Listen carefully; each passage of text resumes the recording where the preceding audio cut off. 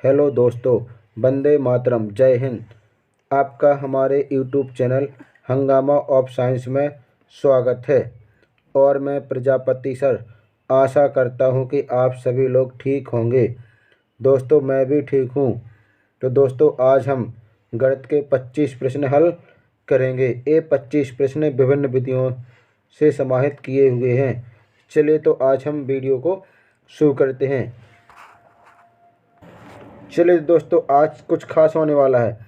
आज गणित के प्रश्न लगाने में बहुत मज़ा आएगा, क्योंकि बहुत सरल तरीके से आपको सवाल हम बताएंगे। तो वीडियो में आप अपने दोस्तों को भी शेयर कर दीजिए, ताकि वो भी इस सवालों को हल कर सकें। चलिए तो हमारा पहला प्रश्न है। हमारा पहला प्रश्न कहता है कि 2 धन 2 भागे 2 धन 2। क्या करना है? प्लस में है और दोनों तरफ प्लस में, बीच में भाग का चिन्ह दिया गया। चलिए इसको हल करते हैं। तो इसे हल करने के लिए हम क्या करेंगे? तो सबसे पहले हमें किसका फॉलो करना है?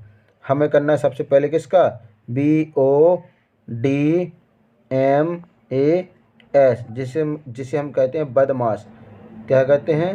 बदमाश। बदमाश का नियम कहते हैं। तो इस नियम के अनुसार लगाना। सबसे पहले हम ब्रैकेट तोड़ेंगे, फिर ऑफ करेंगे, फिर हम डिवाइड करेंगे, फिर मल्टीप्लिकेशन करेंगे, इसके बाद एडिशन और अंत में करेंगे हम सब्ट्रैक्शन, यानी गुणा घटा। फिर सबसे पहले भाग करेंगे, फिर क्या करेंगे? हम गुणा करेंगे, फिर जोड़ करेंगे, अंत में करेंगे हम घटाना। चलिए तो इस सवाल को हम इसी विधि के आधार पर लगाते हैं।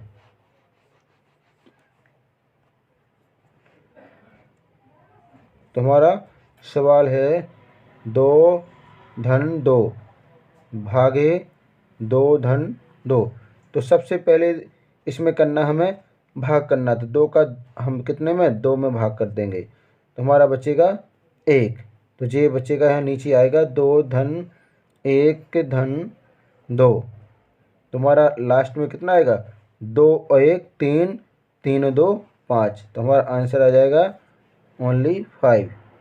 चलिए देखते तो कौन से ऑप्शन में हमारा 5 आंसर दिया गया है। तो ये ऑप्शन नंबर बी, जिसमें राइट आंसर है 5। चलिए अब अगला प्रश्न देखते हैं। चलिए दोस्तों, हमारा अगला प्रश्न है 10 और 30 के बीच कुल कितनी अभाज्य संख्याएं हैं? कितना चाहिए? 10 और 30 के बीच में कुल कितनी अभाज्य संख्याएं हैं? चलिए तो इसको हम निकालते हैं। केवल हमें क्या करना? अभाज्य संख्याएं बस बताना है। तो कौन कौन सी है? हमें 10 से चलना है। तो ये हम चाहे तो लिख सकते हैं 11, 12, 13, 14, 15, 16, 17, 18, 19, 20, 21, 22, 23, 24, 25, 26, 27, 28, 29। इनमें से क्या करना? अभाज्य संख्याएं छांटना है। तो अभाज्य कौन कौन सी है? तो एक तो हमारी 11 संख्या हो जाएगी अभाज्य संख्या, 12 नहीं है, 13 भी अभाज्य संख्या है, 14 नहीं है, ये डिवाइसिबल है, भाज्य है, 15 भी भाज्य है, 16 भाज्य, 17 अभाज्य, 18 भाज्य और 19 भी अभाज्य संख्या, 20 भाज्य है, 21 भी भाज्य है, 22 भाज्य, 23 भी हमारी संख्या अभाज्य है। इसके बाद 24 भाज्य और 25 भाज्य, 26 भाज्य, 27 भाज्य, 28 भी भाज्य दोस्तों, और लास्ट में आएगा 29। तो एक संख्या हमारी भाज्य नहीं है। तो संख्या कितनी हो रही दोस्तों? इनकी संख्या हो रही है 1, 2, 3, 4, 5 और 6। तो चलिए हम देखते हैं आंसर कौन सा हमारा राइट है। तो 10 से 30 तक कितनी अभाज्य संख्या हैं दोस्तों? 6। कितना है? 6 है। चलिए हम देखते हैं अगला प्रश्न। तो अगला प्रश्न को लगाने के लिए इसमें भी हम क्या करेंगे? BODMAS का रूल से लगाएंगे। चलिए तो इसको लिखते हैं 6 ऋण 3 भागे 3 धन 2। तो इसे लगाने के लिए सबसे पहले क्या करना हमें, इसमें करना होगा, सबसे पहले हमें भाग करना होगा। तो 3 का 3 में भाग करेंगे, 3 का 3 में भाग करेंगे तो कितने बार जाएगा दोस्तों, 1 बार जाएगा। तो यहाँ लिखेंगे हम 3 ऋण 1 धन 2। इस तरह से हमारा प्लस का प्लस और प्लस जोड़ दिया तो हो जाएंगे हमारे कितना, 8, और 1 घटाएंगे तो बचेगा कितना आना चाहिए, 7। तो इसमें आंसर आएगा हमारा 7। अब देखिए कौन सा ऑप्शन हमारा राइट है। तो ए रहा हमारा सी नंबर का ऑप्शन इज राइट। चलिए अगला प्रश्न हल करते हैं दोस्तों। हमारा अगला प्रश्न है, अगला प्रश्न कहता है कि 25 का क्या चाहिए इसको, यानी 15 का क्या चाहिए इसको वर्ग करना है, कितने का, 15 का वर्ग करना है। तो हम यहाँ लिखेंगे 15। अब इसका वर्ग निकालना है।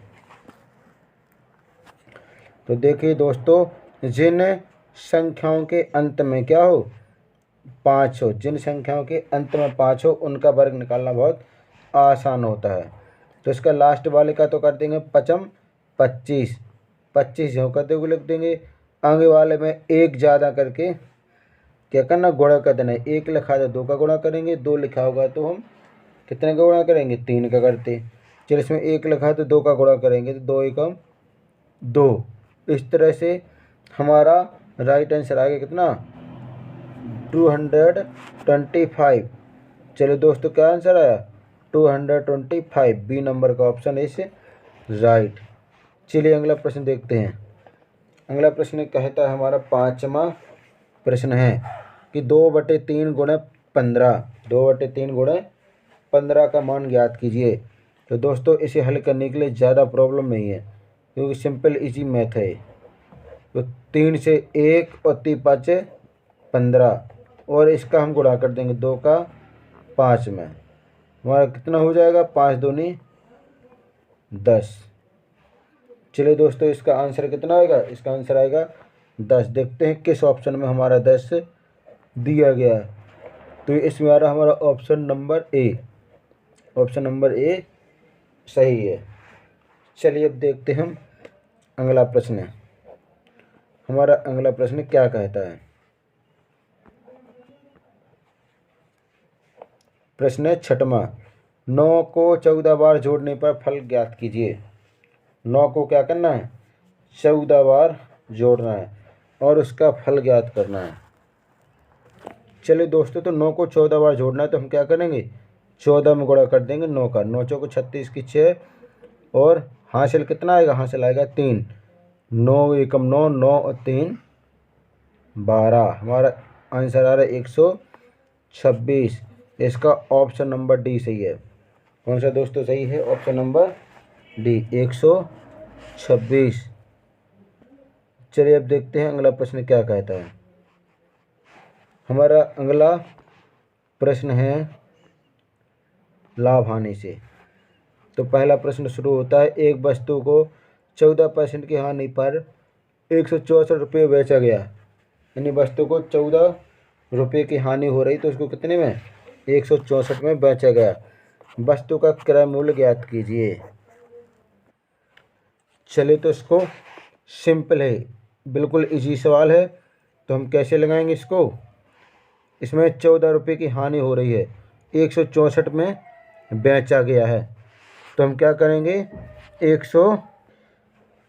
चलिए तो इसको हम क्या करेंगे, 164 में 14 और जोड़ देंगे क्योंकि 164 में बेचने पर उसको 14 की हानि होती है। तो वस्तु का क्रय मूल्य कितना होगा, तो 4 और 4 कितना हो जाएगा, 8 हो जाएगा, 6 और 1 7 हो जाएगा, 1 का 1।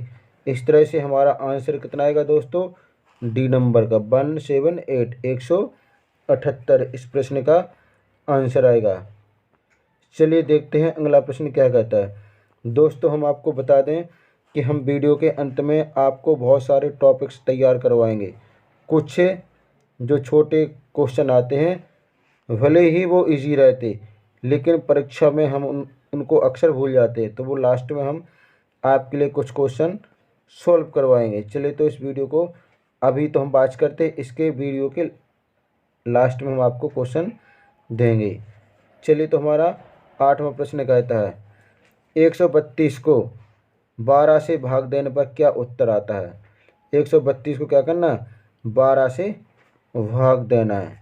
चलिए दोस्तों, हम साइड में लगाते हैं, 132 लिखेंगे और 12 से भाग देंगे तो 12 एकम 12, 3 में से 2 गया 1 और ये कट जाएगा, 2 का 2 तारा तो 12 एकम 12। दोस्तों कितना आंसर आता है, 11 आता है। नहीं, 132 को 12 से भाग देने पर कितना आंसर आएगा हमारा, 11। चलिए, इसका राइट आंसर है 11, ऑप्शन नंबर बी सही है, करेक्ट आंसर। चलिए प्रश्न, अगला प्रश्न देखते हैं क्या कहता है। हमारा अगला प्रश्न है 9वां, एक समकोण में कितने अंश होते हैं। वो पूछ रहा है कि एक समकोण में कितने अंश होते हैं। चलिए, तो पहले हम इसको यहाँ से देखते हैं कि एक समकोण में कितने अंश होते हैं। यदि दोस्त हम एक वृत्त बनाएंगे इस तरह से, तो ये वृत्त बनता है हमारा कितने का, 360 डिग्री कोण का, 360 अंश का बनता है। चलिए, तो इसको अगर हम डिवाइड करेंगे इस तरह से, तो कितना डिवाइड किया हमने, 4 टुकड़ों में डिवाइड किया, तो प्रत्येक हमारा कोण कितने का बनेगा, तो राइट एंगल या समकोण हमारा इस तरह से बनेगा, तो जो कितने का होगा, 90 अंश का होगा। एक कोण हमारा कितने का होगा दोस्तों, 90 अंश का होगा। चलिए, तो दोस्तों इसका कितना था, ये इसका आंसर था हमारा कितना, क्या पूछा था प्रश्न में कि समकोण में कितने अंश होते हैं। तो समकोण में अंश होते हैं दोस्तों कितने, 90। समकोण कितने अंश का होता है, 90 अंश का, तो इसका राइट आंसर है 90। चलिए, तो हम कोण के बारे में थोड़ा सा देखते हैं। तो कोण हमारा कौन कौन सा होता है, न्यून कोण, अधिक कोण, समकोण। इससे प्रश्न एक बनेगा आपका, तो होगा हमारा न्यून कोण। तो न्यून कोण हमारा कितना होगा, 0 से कहाँ तक, 90 अंश के बीच बनेगा, 90 अंश के बीच बनेगा, उसे कहेंगे न्यून कोण। इसके बाद होगा हमारा कौन सा, अधिक कोण। कौन सा को दोस्तों, अधिक कोण। तो ये बनेगा हमारा कहाँ से, अधिक कोण। तो ये बनता हमारा कहाँ से, 90 से ज़्यादा, 90 नहीं होना चाहिए, 90 से ज़्यादा। दोस्तों कहाँ तक बनेगा हमारा ये, 90 से ज़्यादा और 180 से कम। कौन सा कोण कहलाएगा, अधिक कोण कहलाएगा। इसके बाद हमारा बनेगा, नेक्स्ट बनेगा कौन सा, समकोण, जिसे हम क्या कहते हैं, समकोण। तो हमारा समकोण बनेगा कितने का, ये होता है ठीक 90 अंश का कोण, समकोण। इसके बाद आता है हमारा सरल कोण। कौन सा आएगा दोस्तों, सरल कोण। चलिए, तो लिखते हैं सरल कोण, सरल कोण। तो ये कितने का, ये होता है ठीक 180 अंश का, सरल कोण होता है ठीक 180 अंश का। चलिए, अब देखते हैं हम नेक्स्ट क्वेश्चन कि अगला प्रश्न हमारा क्या कहता है। तो हमारा अगला प्रश्न कहता है, 11वां प्रश्न है, नहीं इसके पहले हमारा 10वां प्रश्न भी है। तो 10वां प्रश्न क्या कहता है कि 4.62 माइनस 1.62 प्लस 0.05 का मान ज्ञात कीजिए। तो इसमें क्या है, 2 प्लस की संख्या है, 1 माइनस की। इन संख्याओं का हमें क्या करना, मान ज्ञात करना है। चलिए, तो हम मान ज्ञात करते हैं। तो सबसे पहले हम क्या लिखेंगे, प्लस प्लस की संख्याओं को जोड़ लेंगे, इसको प्लस प्लस का जोड़ लेंगे। तो प्लस का दिया हमारा कितना, 4.62 और प्लस का 0.05, इसको हम जोड़ेंगे तो हमारा आ जाएगा 5 2 7 आ जाएगा दोस्तों। कितना का, 5 2 7, 5 2 7 और 6 का 6 आ जाएगा 0.4। तो हमारा आ गया कितना, ये आ गया हमारा 4.67। चलिए दोस्तों कितना, इसका और इसका जोड़ आ गया हमारा 4.67। 4 दशमलव लिखते चले दोस्तों 4.67। अब हम क्या करेंगे, इसमें से किसको घटाना, हमें 4.62 को घटाना है, नहीं सॉरी 1.62 घटाना है। 1.62 माइनस करेंगे तो कितना बचेगा हमारा, 7 में से 2 गया, कितना बचेगा, 7 में से 2 गया, बचेगा हमारा 5 दोस्तों। 7 में से 2 गया तो बचेगा 5 और 6 में से 6 गया 0, 4 में से 1 गया 3, दशमलव का दशमलव, तो हमारा आंसर बनेगा 3.05। चलिए दोस्तों इसका आंसर है ए नंबर का सही है 3.01। चलिए इसको इरेज करते हैं। इसके बाद में आप चाहे तो आप दोबारा भी देख सकते हैं। क्या करेंगे, इसमें हम इसको और इसको जोड़ देंगे और इसमें से ए घटा देंगे तो हमारा आंसर आ जाएगा ए नंबर का 3.05। चलिए अगले प्रश्न देखते हैं। तो हमारा अगला प्रश्न क्या कहता है, 11वां प्रश्न कहता है कि 24 और 36 का लासा ज्ञात कीजिए। 24 से 36 क्या करना है दोस्तों, लघुत्तम समावर्तक ज्ञात करना है। चलिए तो हम लघुत्तम समावर्तक हल करते हैं। चलिए दोस्तों 24 और 36 का लासा ज्ञात करना है। यहाँ लिखेंगे हम 24, यहाँ लिख देंगे 36। अब क्या करेंगे, इसमें से हम पहले कितने का 2 से डिवाइड करेंगे, यहाँ पर हम कॉमा भी लगा सकते हैं। 2 से डिवाइड करेंगे तो कितना 2 एकम 2 यानी 2 एकम 2, 2 दूनी 4, 12 आ जाएगा, 12 दूनी 24 और 2 से 2 एकम 2, 2 अट्ठे 16। चलिए अब देखते हैं 2 से फिर काटते हैं तो 2 से 2 6 12 और 2 से 2 9 18। चलिए देखते दोस्तों अगला, अब इसके भी हम 2 से काटेंगे तो कितना आएगा हमारा, 2 से 6 काटेंगे, 2 तिहाई 6 और 2 से 9 काटेंगे, यहाँ आएगा हमारा कितना 6 और 2 से 9 को काट देंगे तो कितना बनेगा, ये 2 9 से कटते नहीं है, चलिए 2 का भाग 9 में नहीं जाएगा। अब इसको हम कितने से 3 से डिवाइड करेंगे तो 3 1 जा 3 और 3 3 जा 9। अब इसको हम फिर से 3 से डिवाइड करेंगे, 1 का 1 और 3 1 जा 1। चलिए देखते हैं दोस्तों इसमें कितने गुणनखंड बन रहे हैं। एक हो जाएगा हमारा 2 2 दूनी 4, यह हम इस तरफ से भी कर सकते हैं। 3 तर का 9, 9 दूनी 18, 18 दूनी 36, 36 दूनी कितना हो जाएगा 72 हो जाएगा। चलिए दोस्तों इसके गुणनखंड चाहे तो आप लिख सकते हैं ऐसा 2 गुणे 2 गुणे 2 गुणे 3 गुणे 3, तो 3 तर का 9, 9 दूनी 18, 18 दूनी 36, 36 दूनी 72। चलिए दोस्तों इसका आंसर हमारा कितना 72। तो 24 और 36 का लासा होता है 72, बी ऑप्शन सही है। चलिए अब देखते हैं अगला प्रश्न। हमारा अगला प्रश्न कहता है कि एक समबाहु त्रिभुज के प्रत्येक कोण का मान बताइए। क्या करना है, समबाहु त्रिभुज है तो उसके प्रत्येक कोण का मान बताना। तो समबाहु तो सभी कोण क्या होंगे, बराबर बराबर होंगे। तो समबाहु त्रिभुज का कोण कितना होता है, जो त्रिभुज होता है उसका कोण कितना होता है 180। तो 180 में हम कितने का भाग दे देंगे, 3 का भाग दे देंगे। 180 में 3 का भाग देंगे तो 3 एकम 3 और 3 18।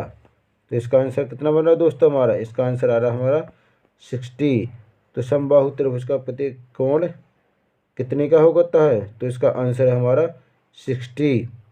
कितने का, 60 अंश का। समकोण का प्रत्येक कोण होता है 60 का। चलिए अगला प्रश्न।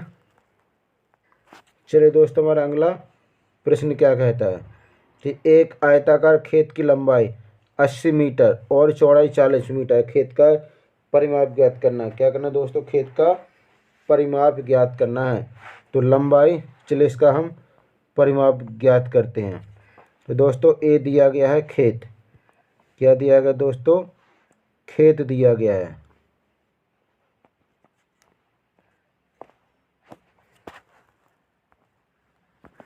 चलिए दोस्तों खेत दिया गया है, इसकी लंबाई कितना है 80 मीटर, इसकी लंबाई है 80 मीटर और चौड़ाई है 40 मीटर।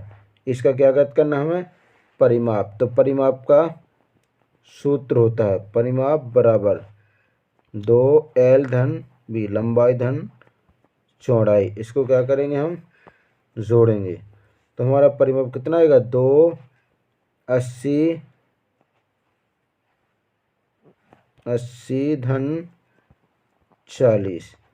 तो 2 बाहर अंदर आएगा, 8 4 कितने होते हैं 112। अब इसका गुणा कर देंगे तो 12 दूनी 24, 240 आंसर आए 240 मीटर। चलिए दोस्तों इसका परिमाप कितना निकला 240 मीटर। तो इसका राइट आंसर है ए। परिमाप चाहिए उसके चारों तरफ जो बाउंड्री टाइप का होता है चारों तरफ, जैसे ये रखा तो इसके चारों तरफ जो एक चक्कर लगाएंगे उसे कहेंगे हम परिमाप। चलिए अगला प्रश्न देखते हैं। तो हमारा अगला प्रश्न है 14 प्रश्न, क्या कहता है कि 500 रुपये का 30% कितना होगा। 500 रुपये का दोस्तों कितना ज्ञात करना है 30% ज्ञात करना है। चलिए इसको हम लगाते हैं, यहाँ लिखेंगे 500 गुणा 30। अब इसमें लिखा था परसेंट तो कर देंगे हम 100 से भाग कर देंगे, कितने का 100 से। तो हम देखते हैं 2 शून्य से 2 शून्य काट देंगे और 3 5 15, कितना आ जाएगा हमारा 15, 150। इसके बाद एक रखा हमारा कितना, चलो 3 5 15 और 0 का 0, तो 150 आंसर आ गया। चलो दोस्तों देखते इसका कौन सा आंसर आता है। तो हमारा इसका ऑप्शन नंबर कौन सा सही है, डी वाला, जिसमें आया 150। इसमें ज़्यादा कुछ नहीं, केवल प्रतिशत निकालना है 500 का। तो 500 का 30% होगा दोस्तों 150। चलिए अगला प्रश्न हल करते हैं। अगला प्रश्न में दिया गया है 15वां प्रश्न है 25 और 35 का महत्तम समावर्तक ज्ञात करना है। 25 का और 35 का।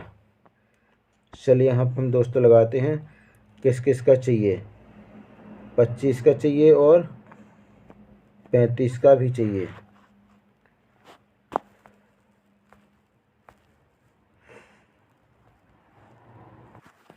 चलिए दोस्तों करते हैं। तो यहाँ लिखते हैं हम 25, कितना लिखेंगे हम 25। 25 का गुणनखंड 5 से 5 और 5 से 1। अब 35 का देखते हैं तो 35 का 3 से तो कटना नहीं, 5 से काट देंगे, इतने से 5 से। तो 5 7 35 और 7 1 7। तो इसका हमारा बनेगा केवल इसमें कितना 1 5, इसमें 1 5 इसका पेयर बन रहा। तो इसका हमारा आंसर कितना आ जाएगा, इसका आंसर महत्तम समावर्तक ज्ञात करना। तो इसका आंसर देखते हैं कि कितना आ रहा। तो हमारे प्रश्न के अनुसार कितना आ रहा हमारा, राइट आंसर है 5। इसका उत्तर आता है 5। चलिए अगला प्रश्न हल करते हैं। हमारा अगला प्रश्न ध्यान से पढ़ना दोस्तों, इसमें थोड़ा सा लॉजिक लगाया है। 7/2 भागे 7/2 ऋण 1/2 भागे 1/2। चलिए तो इस सवाल को लगाते हैं। तो 7/2 गुणा करेंगे तो कितना हो जाएगा, ये 2/7 ऋण 1/2 गुणा करेंगे तो हो जाएगा 2/1। अब दोस्तों देखिए सवाल में कितना मज़ा आएगा। 2 से 2 गया, 7 से 7 गया, 1 बचा, माइनस 2 से 2 गया, 1 का कोई मतलब नहीं तो 1 बचा, 1 में से 1 गया, आंसर आएगा हमारा 0। चलिए तो कौन सा ऑप्शन हमारा सही है, इसका ऑप्शन नंबर कौन सा सही है दोस्तों, सी नंबर का, सी में। चलिए दोस्तों इसका आंसर आता है हमारा डी पे दिया गया। डी पे कितना है 0 आंसर आता है। तो इसका राइट आंसर होगा हमारा कहाँ, डी नंबर पर 0 दिया गया। चलिए अगला प्रश्न चलिए हमारा प्रश्न 7वां प्रश्न कहता है यदि 3 या कितना 3 या धन 5 बराबर 20 हो तो या का मान ज्ञात करना है। क्या करना है इसमें? या का मान ज्ञात करना है। चलिए इसको हम हल करते हैं। चलिए तो इसका हल है कितना 3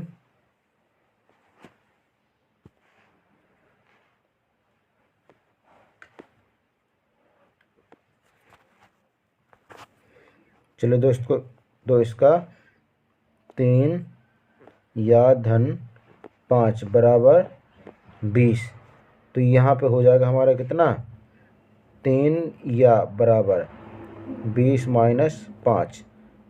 तो यहाँ हो जाएगा या बराबर कितना 20 में से 5 गया कितना बचेगा 15/3। 3 से इसको हम क्या करेंगे भाग दे देंगे। तो 3 5 15 कितना आ जाएगा दोस्तों 3 5 15। यहाँ आ जाएगा हमारा केवल आंसर 5 आ जाएगा। तो या के स्थान पे क्या रखना है हमें 5 रखना है। तो इसका दोस्तों आंसर नंबर बी ऑप्शन सही है। क्या लिखना है हमें या के स्थान पे क्या रखना है 5 रखना है। चलिए अगला प्रश्न देखते हैं हमारा अगला प्रश्न क्या कहता है। तो अगला प्रश्न है दोस्तों एक घड़ी का क्रय मूल्य 200 रुपये है। 10% लाभ प्राप्त करने के लिए घड़ी को किस मूल्य पर बेचा जाए। दोस्तों एक घड़ी का मूल्य कितना है 200 रुपये। 10% लाभ पर बेचना है तो इस घड़ी को किस मूल्य पर बेचा जाए विक्रय मूल्य ज्ञात करना है। चलिए दोस्तों इसको हम लगाते हैं। चलिए दोस्तों क्रय मूल्य यानी सीपी बराबर कितना है 200 और उसको लाभ कितना चाहिए 10% लाभ पर उसको बेचना है। तो विक्रय मूल्य ज्ञात कीजिए। तो हमारा विक्रय मूल्य का सूत्र होता है विक्रय मूल्य बराबर होता है यहाँ पर क्रय मूल्य गुणे 100 धन कितना होगा दोस्तों कितना होगा 100 धन लाभ बटे हो जाएगा हमारा 100 नीचे लिखेंगे हम 100 इसमें हम क्या रखेंगे हम मान रख देंगे। तो हमारा विक्रय मूल्य बराबर हो जाएगा क्रय मूल्य कितना है दोस्तों कितना है 200 रुपये और 200 रुपये। चलिए यहाँ पे हमें क्या लगाना गुणा के चिन्ह लगाना है। 200 गुणे कितना होगा 100 और धन 10 बटे 100। 2 शून्य से 2 शून्य काटेंगे और देखते इसके बाद कितना होगा हमारा 2 शून्य से 2 शून्य कट गया तो बच्चा 2 गुणे 100 में क्या करेंगे हम 10 जोड़ देंगे तो हो जाएगा हमारा 110। इस तरह से हम गुणा करेंगे यदि इसका हम तो कितना हो जाएगा 11 दूनी 22 और 0 का 0। चलिए तो दोस्तों इसका आंसर कितना होता है यदि वो 220 रुपये बेचेगा तो उसको 10% का लाभ होगा। चलिए दोस्तों किस में लिखा है इसका आंसर हम देखते हैं। तुम्हारा 18वें का आंसर निकल के आ रहा है कौन सा 220 रुपये। Answer number A is right. Answer A सही है 220। 10% लाभ पर बेचेगा तो उसका कितना होगा दोस्तों 220 रुपये। चलिए हम अगला प्रश्न देखते हैं। अगला प्रश्न 4/5 धन 1/5 धन 2/2 का उत्तर ज्ञात कीजिए। चलिए दोस्तों इसको हल करते हैं। इस तरह से हल करेंगे तो कितना 4/5 यहाँ आ जाएगा हमारा 4/5 फिर धन आएगा 1/5 और धन 2/2 तो 2 से 2 कट जाएगा तो 1 आएगा आंसर। अब देखते हैं इसका कितना हमारा लघुत्तम आएगा केवल कितना आएगा दोस्तों लघुत्तम आएगा 5। तो 5 का भाग देंगे 5 में एक बार तो 4 5 का 5 में एक बार तो 1 का 1 और 1 का भाग 5 में देंगे तो कितने बार जाएगा 5 बार और 5 से कम 5। इस तरह से हमारे हो जाएंगे कितना 5 6 और 4 तो हमारा होगा 10 बटे कितना दोस्तों। चलिए थोड़ा यहाँ लगाते हैं 10/5 यहाँ आएगा हमारा 10/5। 5 का भाग देंगे तो 5 से कम 5 5 दूनी 10।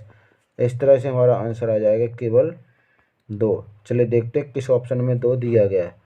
तो इसका राइट आंसर है दोस्तों सी नंबर का। सी में हमारा 2 दिया गया है, तो सी राइट ऑप्शन है।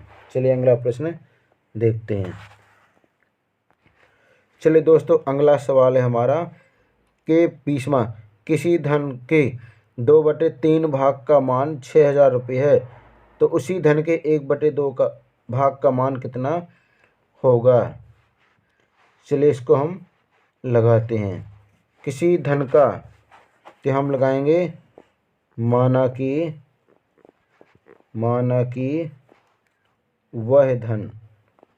वह धन कितना है दोस्तों, x। वह धन x है, तो x का 2/3 बराबर है 6,000।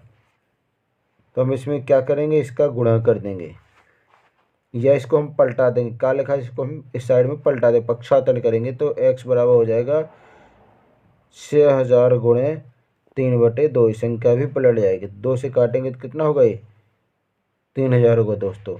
अब 3,000 में 3 का गुणा करेंगे, 3,000 में 3 का गुणा करेंगे तो जी आ जाएगा 0 0 0, 3 3 का 9, 9,000 हमारा आंसर होगा। अब वो क्या कहता है सवाल इसके बाद, उसी धन का 1/2 का मान भी कितना होगा।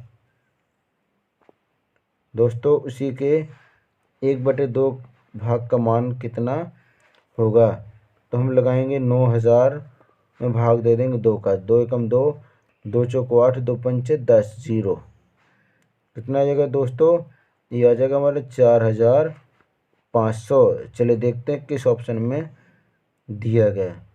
तो इसका राइट ऑप्शन है दोस्तों कौन सा, ए नंबर का राइट आंसर है, 4,500 आंसर है। चलिए अगला प्रश्न देखते हैं। अगला प्रश्न क्या कहता है, 2 संख्याओं का योग 27 है, यदि एक संख्या का 3 गुना 18 है तो दूसरी संख्या ज्ञात कीजिए। दोस्तों 2 संख्याओं का योग कितना है, 18, वो 27 है। यदि एक संख्या का 3 गुना 18 है तो दूसरी संख्या ज्ञात कीजिए। चलिए दोस्तों इसको हम हल करते हैं। तो प्रश्न के अनुसार क्या कह रहा वो, x धन y 2 संख्याओं का योग कितना है, 18। तो हो जाएगा हमारा x धन y बराबर 2 संख्याओं का योग 27, तो x धन y बराबर 27 हो जाएगा। चलिए वो शर्त के अनुसार एक संख्या का 3 गुना 18 है, तो कितना 3, यहाँ लिखे हम कितना 3x बराबर हो जाएगा 18, 3x बराबर 18, तो x बराबर होगा हमारा 18/3 यानी 3 18। तो x बराबर हमारा कितना होगा दोस्तों, x बराबर हो गया हमारा 6, x बराबर 6। अब हम मान रखेंगे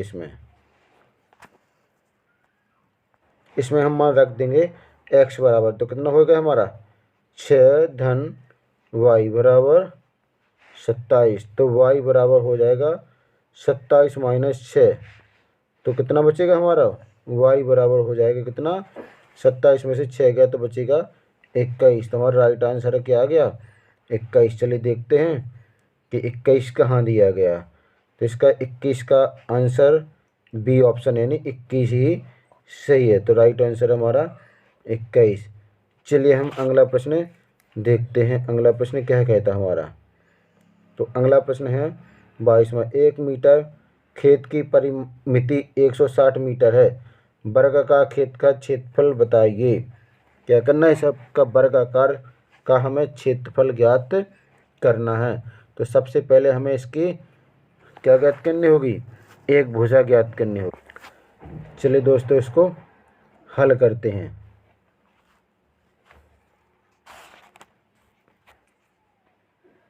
इसलिए क्या करेंगे हम, यानी इसका हम सबसे पहले हम निकालेंगे, क्या निकालेंगे, इसका परिमाप, वर्ग का परिमाप। किसके चाहिए, वर्ग का परिमाप बराबर होता है 4 गुणे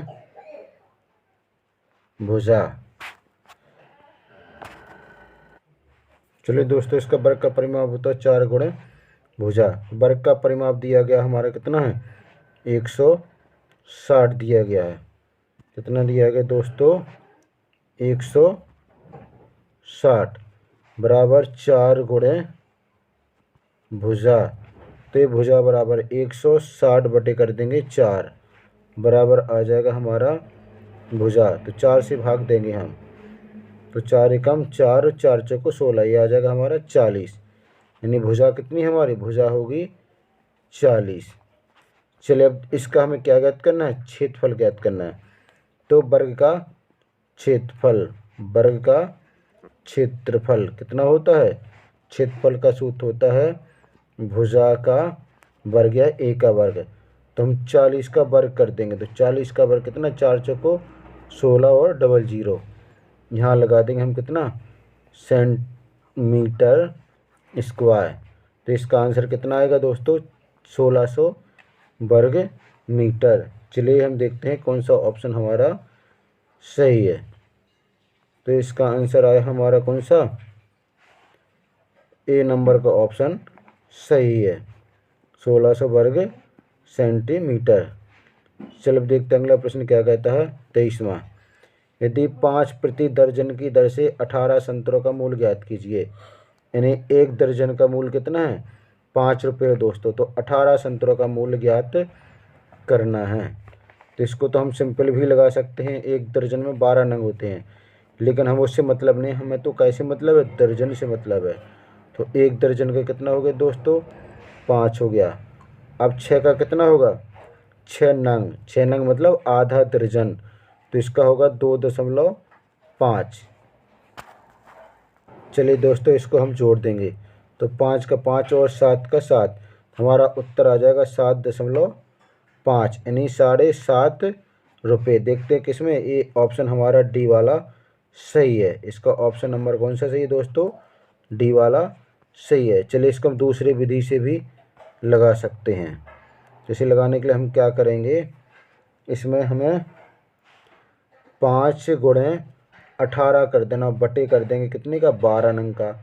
तो 6 से काटेंगे, 6 × 18 और 6 से 2, और 5 का गुणा 5 × 15/2। तो हमारा आंसर भाग देंगे तो 7.50, यानी 7.5 रुपये इसका आंसर आ जाएगा।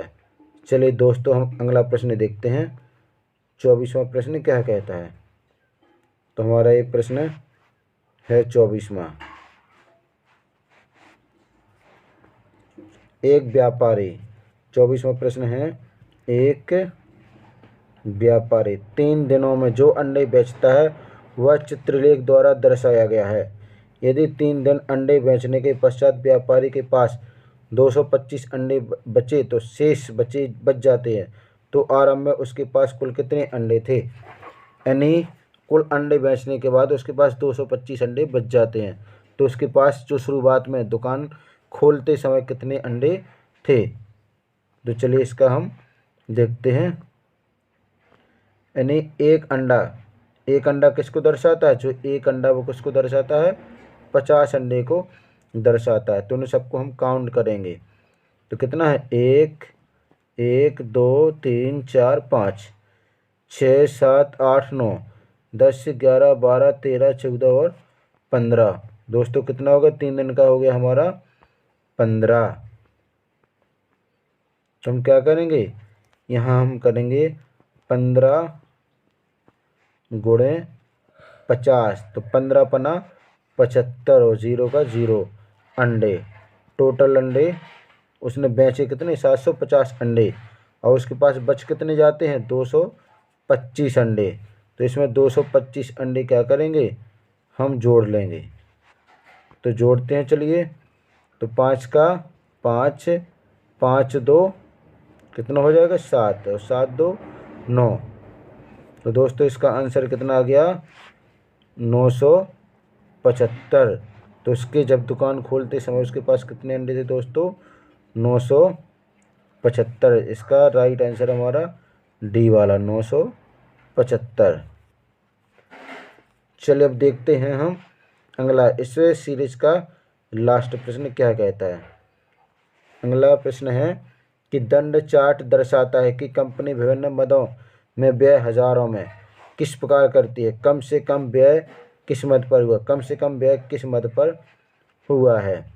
चलिए ग्राफ दिया गया है, तो इसमें हम देख सकते हैं सबसे कम व्यय किस मद पर हुआ है। तो इसमें हमें दिख रहा कि किराया किस पर हुआ, सबसे कम हुआ हमारा किस पर। चलिए दोस्तों, इसका आंसर हमारा कौन सा, किराया। सी नंबर का ऑप्शन सही है, सबसे कम खर्च हुआ है किराया। यहाँ पे आप देख भी सकते हैं कि सबसे कम हुआ हमारा किराए पर खर्च हुआ है। चलिए दोस्तों, हम लास्ट में आपको बताने जा रहे हैं जातीय मान और स्थायी मान किसे कहते हैं। जैसे हम कोई संख्या लेंगे 5, 9, 6, 7, 4, तो इसमें हम देखते हैं दोस्तों, यदि पूछता कि 6 का ज्ञात करना, 6 का जातीय मान और स्थायी मान ज्ञात कीजिए, तो पहले हम जातीय मान ज्ञात करेंगे। क्या करेंगे दोस्तों, जातीय मान। तो जातीय मान वही अंक होता है जिसका पूछा है। 6 का जातीय मान, तो 6 का कितना होगा, 6 होगा। अब आते हैं बात स्थानीय मान, कि स्थानीय मान कैसे ज्ञात करते हैं। स्थानीय मान, इसके लिए क्या करेंगे हम दोस्तों, तो 6 लिखने के बाद जितने लास्ट में अंक होंगे उनको हम क्या बना लेते हैं, 0। तो 6 का इसमें स्थानीय मान कितना होगा, 600 होगा। चलिए हम कुछ और उदाहरण के द्वारा समझते हैं। जैसे 1, 2, 5, 6, इसमें हम देखते हैं कि किसका चाहिए, हमें 2 का चाहिए, 2 का। तो 2 का जातीय मान कितना होगा दोस्तों, 2 होगा।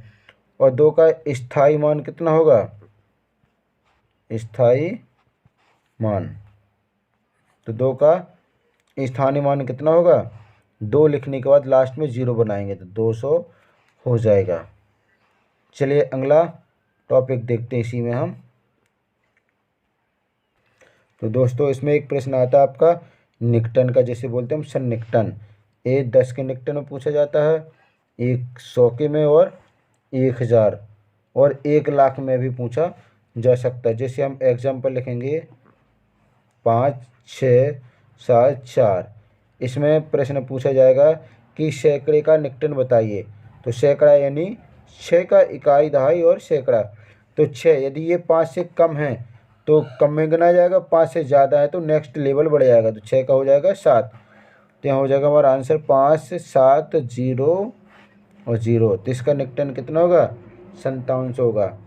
चलिए दोस्तों, ऐसे इसका यदि 1000 का निकटन पूछा जाए, इस संख्या के क्या पूछा जाए, 1000 का निकटन, तो 1000 में इकाई, दहाई, सैकड़ा और 1000 का देखना है। तो 1000 के बाद भी देखते ये 6 लिखा है तो 5 से ज़्यादा है, तो इसका आंसर आएगा हमारा कितना, 6000। ये 6000 के निकट है। दोस्तों, इसमें क्या करना पड़ता है कि जैसे हम कोई संख्या लिखते हैं, यहाँ पर संख्या रेखा पर 1, 2, 3, 4, 5, 6, 7, 8, 9 और 10। अब इसमें पूछा जाता है कौन किसका निकटन है, तो 5 के बाद चला जाएगा हमारा इस तरफ जाएगा, 4 तक इस तरफ जाएगा निकटन में।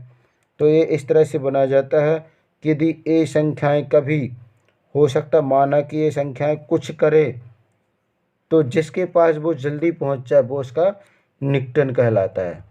तो जैसे हमारे मोहल्ले में देखते हैं कि जो व्यक्ति पड़ोस में रहता है, तो यदि कोई उसके घर में चोर आता है या कुछ भी आता है तो व्यक्ति कहाँ जाएगा, अपने पास वाले को बुलाने जाएगा, ना कि वो किसी दूर व्यक्ति को बुलाने जाएगा। तब तक दूर जाएगा तब तक तो समस्या बन सकती है, इसलिए क्या करेगा दोस्तों, वो अपने पास वाले को बुलाएगा। उसे ही हम क्या कहते हैं, निकटन कहते हैं। चलिए दोस्तों, तो आज का टॉपिक आपको कैसा लगा हमें कमेंट्स करके ज़रूर बताइएगा। वीडियो को लाइक ज़रूर कर लेना, और यदि आप चैनल को सब्सक्राइब नहीं किए हैं तो चैनल को सब्सक्राइब ज़रूर करके रखें, जिससे हमारे आने वाले अच्छे से अच्छे वीडियोज आप तक पहुंचने लगेंगे। चलिए दोस्तों, तो वीडियो को रखते हैं। Thanks for watching this video. अब मिलेंगे हम नेक्स्ट टॉपिक में एक नए टॉपिक के साथ, तब तक आप हमारा इंतज़ार कीजिए। जय हिंद।